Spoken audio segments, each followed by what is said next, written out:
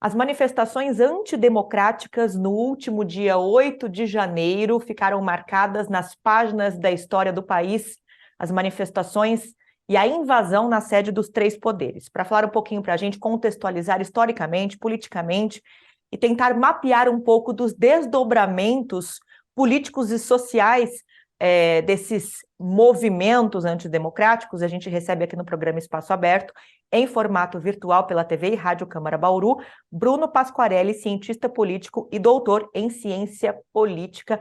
Mais uma vez, seja bem-vindo, Bruno, ao nosso espaço e obrigada por ter aceito o convite. Eu que agradeço o convite, é um prazer enorme estar aqui com vocês, poder debater um pouquinho sobre essa questão tão importante acerca da democracia brasileira. Uhum. Crime contra o Estado Democrático de Direito, né? Assim que os especialistas têm denominado os atos do dia 8 de janeiro.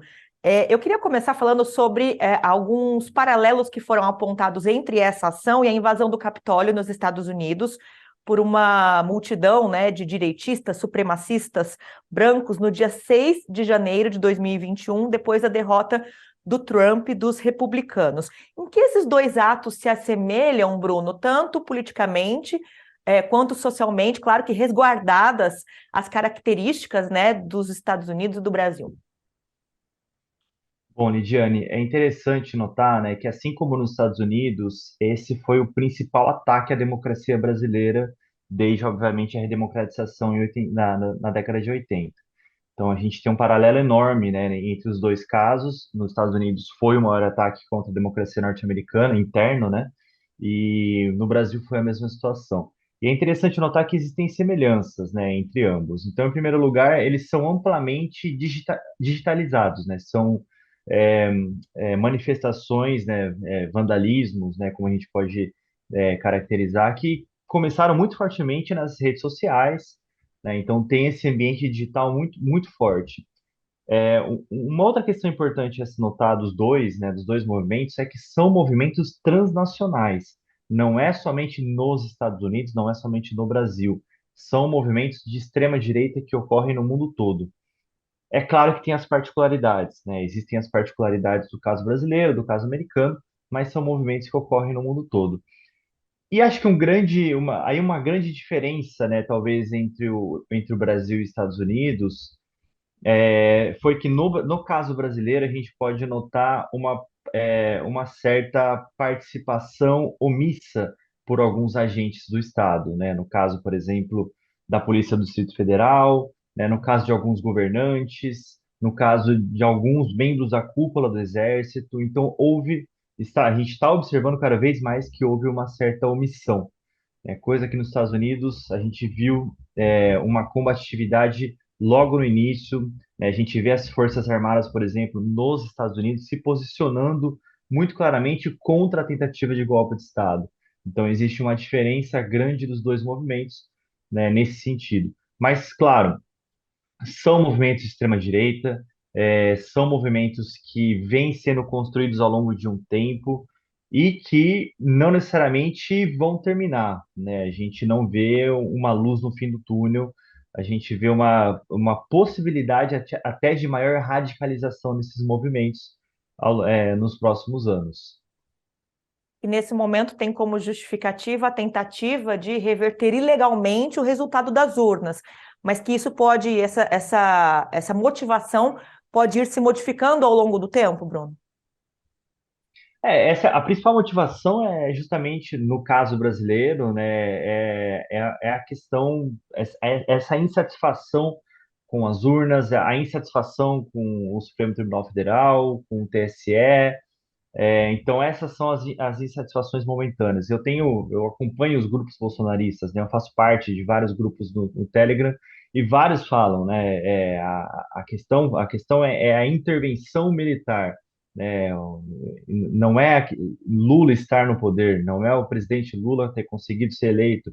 A questão é a intervenção militar, porque existe uma injustiça clara, de acordo com os grupos bolsonaristas, no processo eleitoral, né? O processo eleitoral ele foi roubado, digamos assim, nas palavras dos grupos bolsonaristas. Então é necessário ter uma intervenção militar e foi com base nessa motivação que houve esse ataque, né, às instituições democráticas brasileiras no dia 8 de janeiro. Não quer dizer que isso não vá mudar, né, nos próximos meses, mas o que a gente pode talvez observar nos próximos meses é uma certa radicalização, porque o que a gente observa nos grupos, nos movimentos sociais né? Em geral, os movimentos sociais, conforme a repressão do Estado ocorre, a tendência deles é diminuir em intensidade. Porém, aqueles que restam se tornam cada vez mais radicais. Então, provavelmente a gente vai ver nos próximos meses uma radicalização. E aí mora o problema. Essa radicalização ela pode ter tentáculos que peguem cada vez mais pessoas, mais membros da sociedade, e isso se tornar cada vez mais amplificado.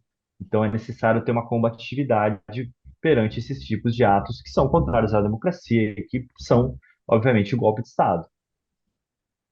E aliado à questão da radicalização, né, desses atos, desses movimentos, também a postura da polícia frente ao que estava acontecendo foi bastante questionada. Qual deveria ter sido o papel desempenhado pelas Forças Armadas naquele momento, Bruno? E qual é a gravidade desta dificuldade, desta falta de capacidade de regular comportamentos nesse momento? Exatamente. Isso obviamente ainda vai ter que ser, né, as autoridades vão ter que investigar, né, o que de fato ocorreu, essa chamada leniência, né, essa Isso. omissão por parte ali da Polícia Militar do Distrito Federal, por parte de autoridades, por parte do Exército, mas que existe dentro dessas corporações uma parcela grande que aderiu ao bolsonarismo, né, que aderiu ao discurso autoritário, isso de fato existe, né? Já foram feitas diversas pesquisas que mostram que realmente existe uma adesão ao radicalismo bolsonarista. Não, a gente não sabe mostrar realmente se há um objetivo muito claro de golpe de Estado. Isso ainda não ficou claro, por exemplo, não existe um direcionamento nesse sentido, né? Mas que existe uma adesão aos valores bolsonaristas, isso existe. E aí vem todo um trabalho de reconstrução dessas entidades que foram ideologicamente contaminadas pelo bolsonarismo nos últimos 4 anos, mas não é de agora, né? Não é dos últimos 4 anos, isso vem sendo construído ao longo dos últimos 6, 7, 8 anos. Então é necessário realmente ter investigação e, claro, que essas instituições, como o PRF, como a Polícia do Distrito Federal, como o Exército em si, elas têm que entender que elas são instituições que devem defender a democracia, independentemente de governo, independente de quem está no poder, né? Elas são as instituições públicas que devem se guiar pela defesa da ordem democrática. Então, esses próximos anos serão anos essenciais de defesa de democracia, de novamente trazer essas instituições sem esse viés ideológico que elas foram contaminadas nos últimos anos. É um trabalho de reconstrução, como você mesmo colocou. Bruno, o ministro da Secretaria de Comunicação do governo, Paulo Pimenta, ele disse que foram levados durante essas manifestações antidemocráticas no Planalto documentos e HDs importantes, e que parte dos manifestantes conhecia bem os ambientes, os cômodos, as salas, e agiu com estratégia e inteligência. Você acredita na criação de uma cortina de fumaça para queima de provas, para queima de arquivo? Há, de fato, esses indícios? Olha, a gente teve, né? A invasão de 8 de janeiro foi uma invasão que teve diversos aspectos de vandalismo, né? Então a gente tem desde obras de arte muito caras, que é, históricas, né? Como obras do Portinari, de Cavalcante, que foram ali vilipendiadas. E nós temos também documentos importantes, né? Do atual governo, de governos anteriores, que estão ali no prédio e que foram realmente subtraídas. Aí vai depender, claro, de todo esse processo de investigação do Ministério da Justiça, da Polícia Federal, para verificar quais foram esses documentos que foram subtraídos e se realmente são documentos que podem denotar uma suposta queima de arquivo, né? Então, eu não afirmaria com total certeza, né, se houve realmente essa intenção clara de chegar em alguns documentos e jogar eles, né, roubar eles para esconder algo, né? Isso depende de investigação, mas a gente não pode descartar, né, essa hipótese de maneira nenhuma. Uhum. Bruno, depois das manifestações antidemocráticas violentas desse dia 8 de janeiro, o presidente da República, Lula, decretou intervenção federal na segurança pública do Distrito Federal até o final de janeiro. Para que as pessoas entendam, o que significa uma intervenção federal?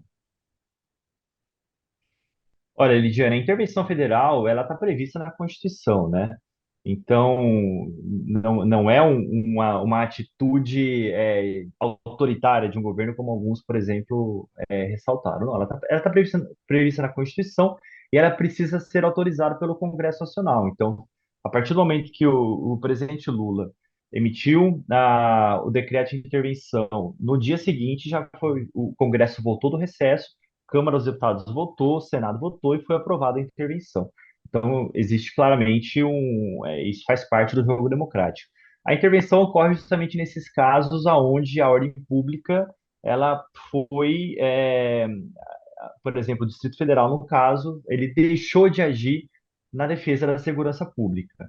Então, ele é um instrumento constitucional de garantia da ordem pública, de garantia da segurança pública, e serve para, nesse caso, durante um período determinado, é muito interessante, muito importante a gente destacar isso, né? Foi a intervenção, ela está delimitada, se eu não me engano, até o dia 31 de janeiro. Durante esse período, no ramo da segurança pública, o Distrito Federal deixa de ter autonomia. O que significa deixar de ter autonomia? É o Poder Executivo Federal que vai delimitar como a segurança pública do Distrito Federal vai funcionar para justamente coibir esse tipo de ato, né? Esses atos antidemocráticos e para levar ao cabo as investigações que devem ser feitas no Distrito Federal especificamente, né? Então, é sempre interessante notar, destacar esses pontos, né? Uma peça democrática, faz parte da nossa Constituição, que serve para justamente tirar a autonomia do Distrito Federal, no caso da segurança pública, né? Do ente federativo, e, e tem que ser por um período determinado, né? Um período praticamente ali de 30 dias. Então, está previsto, né? Isso realmente é uma medida para conter e para investigar com seriedade, né, os atos antidemocráticos e como e as omissões, né, que tiveram, por exemplo, durante o dia 8 de janeiro, durante o domingo. Uhum. Bruno, você comentou agora há pouco, né, sobre a destruição com relação às obras de arte, né? A gente tem um dado aqui, 8,5 milhões de reais é o prejuízo mínimo estimado deixado pelos atos de violência em Brasília só com obras de arte. Há muita, na sua visão, há muita fragilidade ainda, não só nesse aspecto de consciência democrática, né, mas também de consciência histórica, de identidade cultural de um povo. O brasileiro ainda é carente, é frágil nesse aspecto. Olha, com certeza, Lidiane, né? A gente pode pensar a democracia brasileira, por exemplo, como uma obra recente, né, de praticamente 40 anos, mais ou menos, quase 40 anos, e a nossa cidadania, a nossa construção cidadã também, né, como algo muito recente. Então, se a gente for pensar toda a lógica de construção da nacionalidade brasileira, da cidadania brasileira, remonta ali início do século XX, final do século XX, quando o Brasil se constrói como nação. E a partir dessa construção do Brasil como nação, que a população brasileira começa a se sentir pertencente a algo, a um espaço, né, um território que começa a sentir parte do que é ser brasileiro. Então, se a gente for pensar, a nossa cidadania tem basicamente um pouco mais de 100 anos, né, a nossa construção como nação, a nossa democracia tem mais ou menos 40 anos. Então, esse processo histórico é muito recente, se comparado a outros países, por exemplo. E é um processo histórico que foi objeto de dizimação por parte, por exemplo, da colonização portuguesa, que a gente teve, o Brasil era habitado, obviamente, por indígenas, e a gente tem no processo de colonização uma forma de você acabar com os artefatos culturais indígenas, de acabar com uma população indígena. Então, a construção histórica brasileira, ela foi pautada na dizimação cultural de povos que historicamente já habitavam o território brasileiro, né? Então, não é uma questão atual, é uma questão histórica. A forma como o Brasil lidou com o seu passado não foi uma forma, digamos, democrática, não foi uma forma cidadã, né? A própria escravidão que o Brasil fez durante o século XVII, século XVIII, século XIX, né? Foi uma forma também de você dizimar questões culturais de povos que vieram da África, que tiveram ali todas as suas tradições milenares também jogadas no lixo, basicamente por conta da escravidão. Então, o Brasil historicamente não respeita as suas tradições culturais, historicamente apaga parte das suas tradições culturais, né? Então, isso não é de agora, não é um fato atual, é um fato histórico e que, infelizmente, muitas pessoas ainda não têm noção da importância, né, da arte, da importância da história brasileira, da cultura brasileira, de como a brasilidade, né, deve ser preservada. Então, o Brasil não é único, o Brasil é feito de diversas manifestações culturais, artísticas, religiosas, e todas essas manifestações têm que ser preservadas em torno dessa ideia de brasilidade, que é muito forte no Brasil. Bruno, só para a gente finalizar aqui o nosso bate-papo, quais são os riscos, né, dessa negação coletiva das estruturas de poder? E fazendo algumas projeções aí para os próximos meses, qual deve ser o papel do governo federal a partir de agora, na tentativa de pulverizar cada vez mais esses atos de violência? Olha, a gente já vem observando, né, algumas atitudes muito positivas do governo federal nesse sentido, do próprio STF, né, no combate a esse tipo de tentativa de golpe. Então, é fundamental que nos próximos meses o governo federal continue, né, a agir com inteligência, assim como o STF, para combater esse tipo de ação. E eu digo inteligência porque não basta você prender, por exemplo, as pessoas que foram e que fizeram depredação, que fizeram vandalismo nos prédios públicos em Brasília. É necessário verificar quem está financiando, quem está por trás desses atos, né? Os Fazer um empresários, rastreamento os disso, né? exatamente, porque quando você consegue verificar de onde vem o dinheiro e cortar essa fonte, você consegue, obviamente, fazer que esses movimentos, né, esses movimentos que vários teóricos colocam como movimentos terroristas, por exemplo, né, que esses movimentos sejam asfixiados. Então, isso já vem sendo colocado em prática de certa maneira. Mas não somente a gente tem que pensar que quem foi o guardião da democracia nos últimos anos foi principalmente o STF, por meio das suas atitudes. Mas a gente tem que, não somente o STF tem que atuar nesse âmbito, é, a atuação tem que ser conjunta e tem que envolver Câmara dos Deputados, tem que envolver Senado Federal, tem que envolver governadores, né, porque justamente são esses órgãos que eventualmente poderiam acabar com um golpe, através de um golpe de Estado, né? Então, membros do poder legislativo em geral precisam se unir, né? A gente já tem visto isso nos últimos dias, para defender a democracia. Não é defender o presidente Lula, não é defender o PT, é defender a democracia.